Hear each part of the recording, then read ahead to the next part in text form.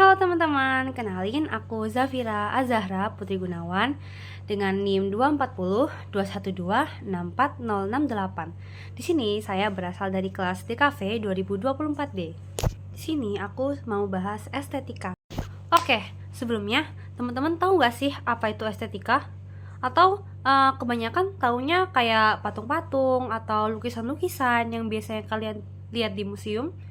Sebenarnya estetika itu bukan cuma itu loh. Oke, untuk pengertian estetika menurut KBBI adalah estetika merupakan cabang filsafat yang menelaah dan juga membahas tentang seni dan juga keindahan dan tanggapan manusia terhadapnya. Itu kalau menurut KBBI. Nah, kata estetika sendiri itu pertama kali dikenalkan oleh Alexander Gottlieb Baumgarten. Dia itu seorang filsuf pada era kritik.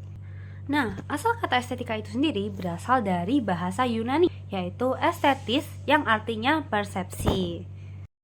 Nah, tadi kan aku bilang ya teman-teman, kalau estetika itu bukan cuma sekedar patung atau lukisan-lukisan indah.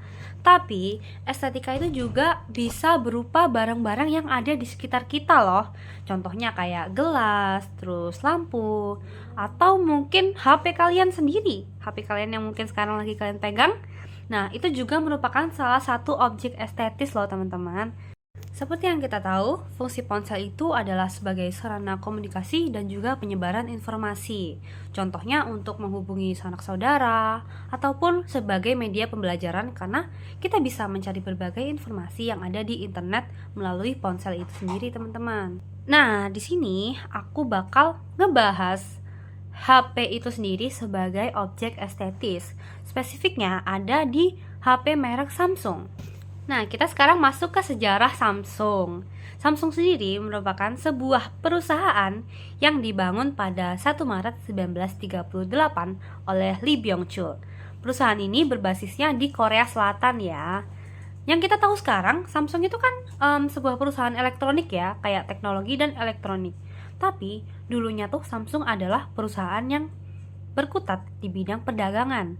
Kayak mereka jual mie maupun beras. Terus kenapa sih kok sekarang kita taunya Samsung itu adalah perusahaan teknologi dan elektronik?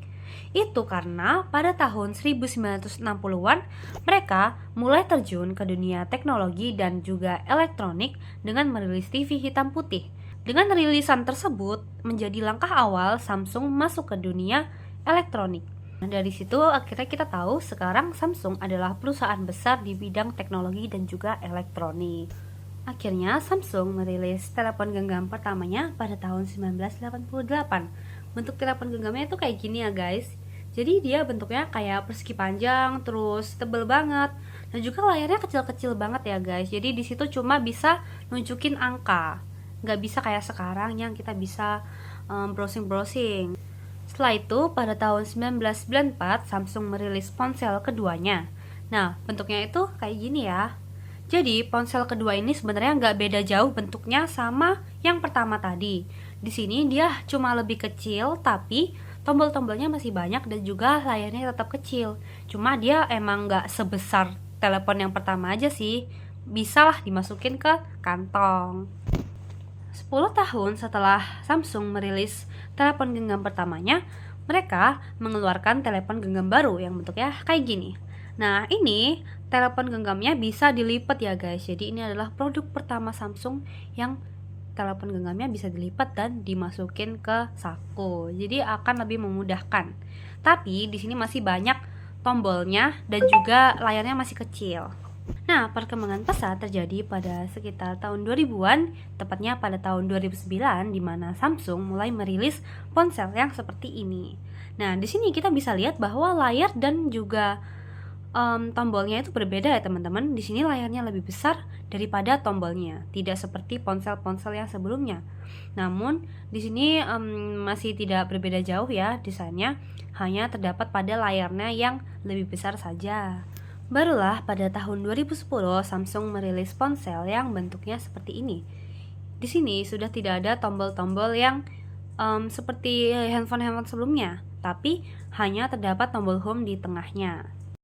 Setelah kedua perubahan yang signifikan tadi, Samsung masih terus mengupgrade perubahannya, yaitu dengan meluncurkan Samsung Galaxy Note.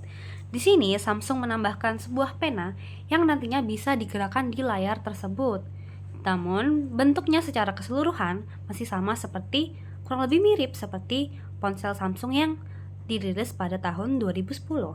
Selanjutnya, Samsung masih terus mengembangkan produk-produknya hingga akhirnya mereka merilis ponsel yang layarnya full seperti ini. Jadi, sudah tidak ada tombol yang ada pada handphone tersebut. Setelahnya, Samsung juga merilis ponsel yang bisa dilipat menjadi lebih kecil dan juga mudah untuk dibawa kemana-mana. Contohnya dimasukkan ke kantong. Gambarnya kayak gini ya teman-teman. Ini ada Samsung Z Flip. Nah, dari perkembangan ponsel-ponsel Samsung yang dari tadi saya jelaskan, di sini saya akan mengaitkan hal tersebut dengan 4 prinsip estetika menurut Paul Hacker. Untuk prinsip yang pertama yaitu maximum effect for minimum means. Di sini Samsung menggunakan usaha yang minimum untuk memperoleh hasil yang maksimal. Gimana tuh? Nah, di akhir-akhir perubahannya Samsung menggunakan produk dan juga bentuk yang mirip-mirip kayak gitu-gitu aja, yaitu ponsel kotak yang layarnya full.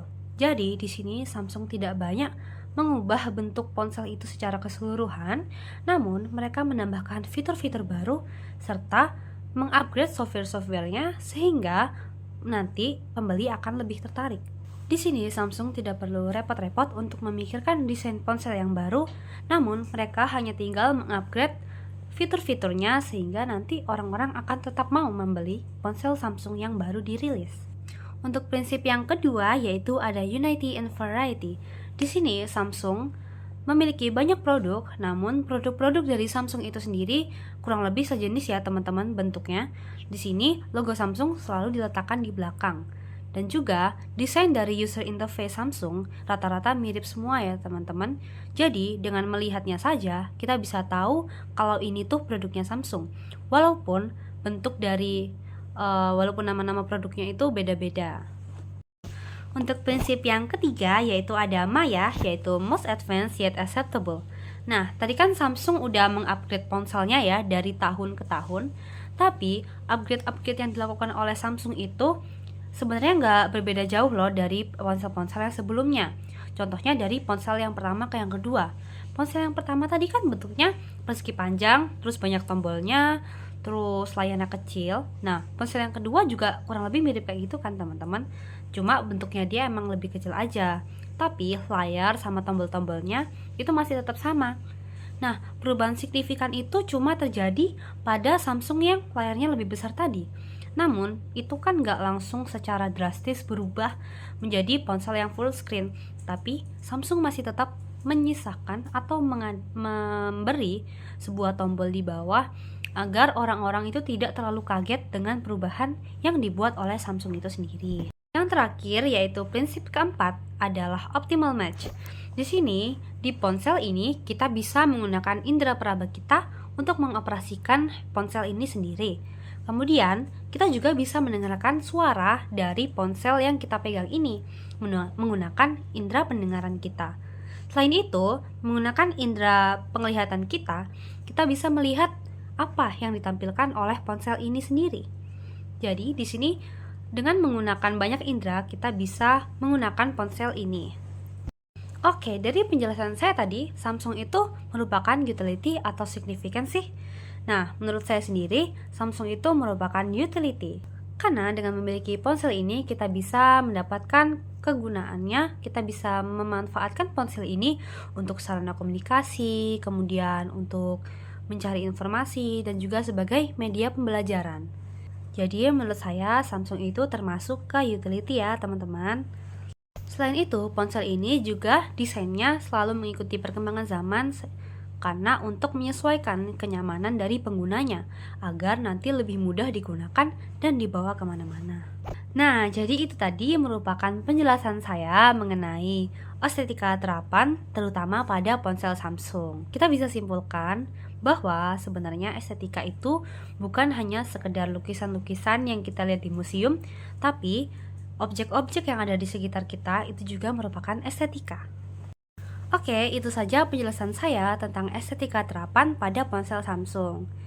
Untuk kurang lebihnya saya mohon maaf jika ada kesalahan kata. Terima kasih. Wassalamualaikum warahmatullahi wabarakatuh.